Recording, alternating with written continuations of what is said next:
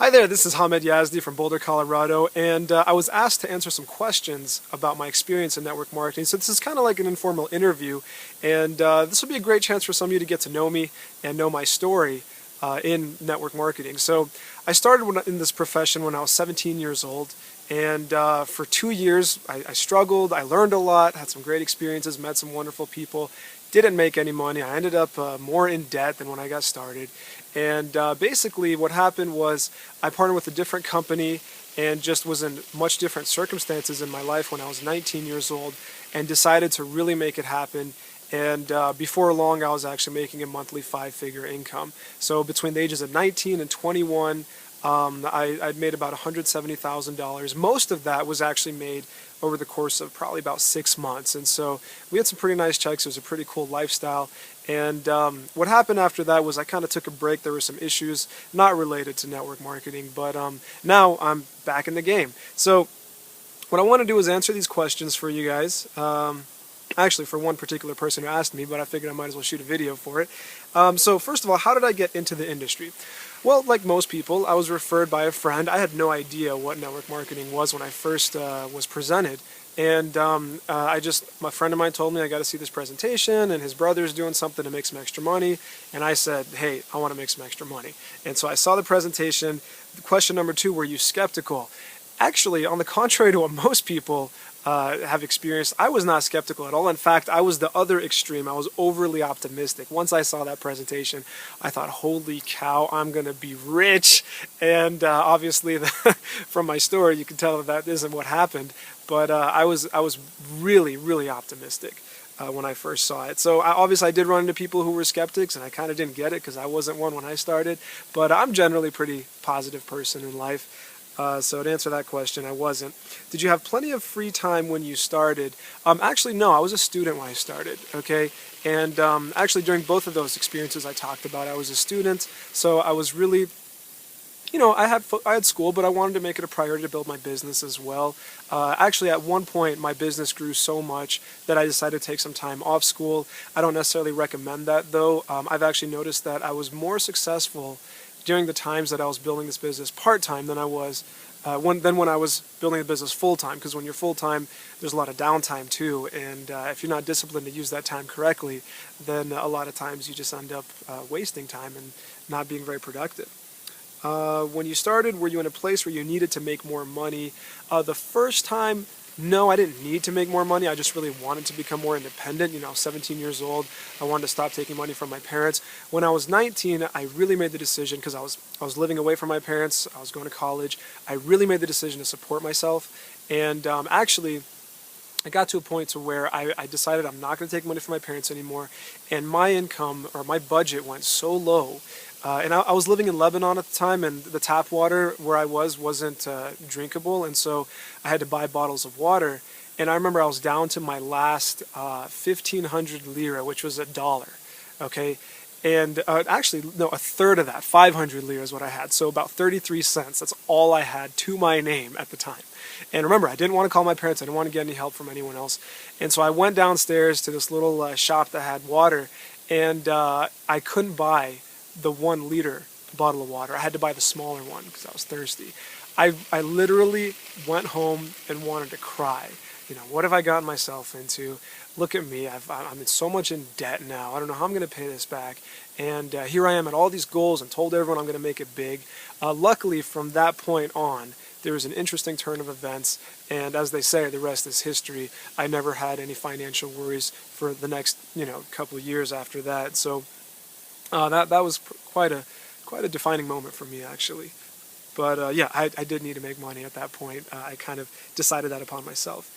What skills did you have to develop to become a top earner? One of the most important skills I had to learn was how to be a good teacher and how to be patient, especially when I'm working with new people, and sometimes they just don't get things as quickly as I would want them to, but I had to believe in them and inspire them to be the leaders that I saw in them. So I had to learn to see people as leaders and to be patient, to teach them the skills, because ultimately that's what paid me over and over and over again, was when I could properly teach the skills that I knew to a new person.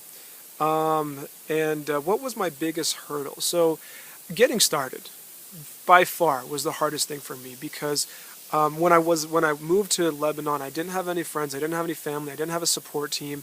I'd learned some skills before, but I was pretty much on my own, and that was the hardest part. It probably took me about 2 months without any results to show to just get started.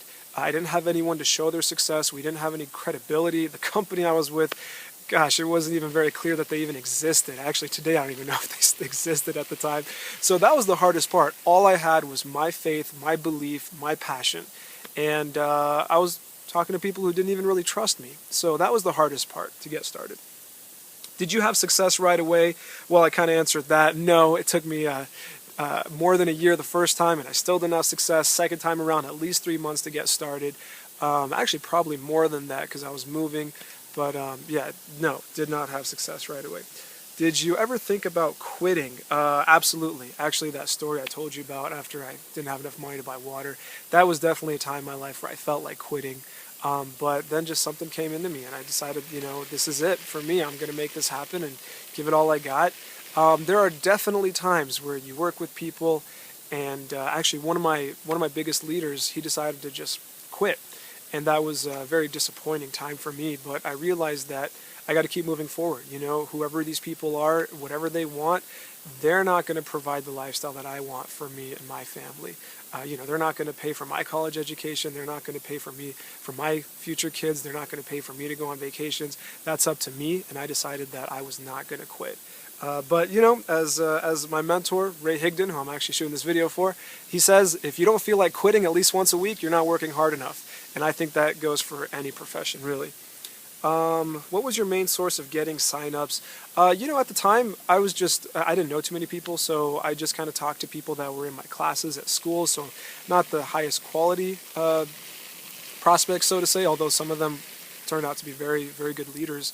But just kind of people I would meet at different places. I actually didn't sign up too many people in that business. I focused a lot on duplicating really well, and luckily I had some people who really wanted it, and they had some pretty big circles of influence. That's generally not going to be the case, but for me it worked out pretty well. So signed up a few friends here and there. We didn't have the tools, or I guess they existed. I just wasn't aware of how to use the internet to generate leads or anything like that. And I was kind of a foreigner in that country. I didn't speak the language fluently, and so it wasn't as easy for me to meet people either. But still, met a few people, and luckily met some really serious people too through doing that. Is there anything you would do differently if you could start over? Absolutely. First of all, choose a company that you really believe in. Products that you can really believe in, a mission statement that you really believe in. Make sure that there's no quote-unquote embarrassment factor, because that's going to stop you. If there's something that you're always trying to hide about what you're doing, then it's going to limit the number of people you're going to talk to. And so make sure that you can do something that you really believe in, and work with the support team that's going to work with you hands-on, okay? And sorry guys, I know it's getting a little bit dark here. Hopefully this is clear enough for you, but I guess the important thing is to hear my voice. So yeah, make sure you believe in your business, make sure it's a reputable company that you can be proud to represent, and make sure you can find a support team that's going to work with you hands-on until you can learn how to, basically produce on your own. How long have you been in your current company? I am partnered with a company. I partnered with them about 2 years ago. Just building very part-time. I'm still a student, and it's a nice residual income that comes in every month. But I never really aggressively built again like I did when I was younger. That's about to change actually. So, what advice would you offer to those just starting out?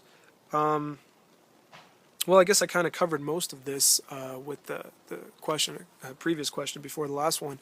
That's what I would recommend. Find a business that you can really believe in, and follow the support team, the guidelines, what they teach you. Just be coachable and learn from the people who have the success that you desire. So I hope this helps. Hamed Yazdi here again. And hopefully you can learn from my experiences. Hopefully this story will inspire you. And feel free to ask any other questions if this wasn't enough, Ray. Thanks a lot for everything that you do. God bless. Hamed Yazdi from Boulder, Colorado. Take care.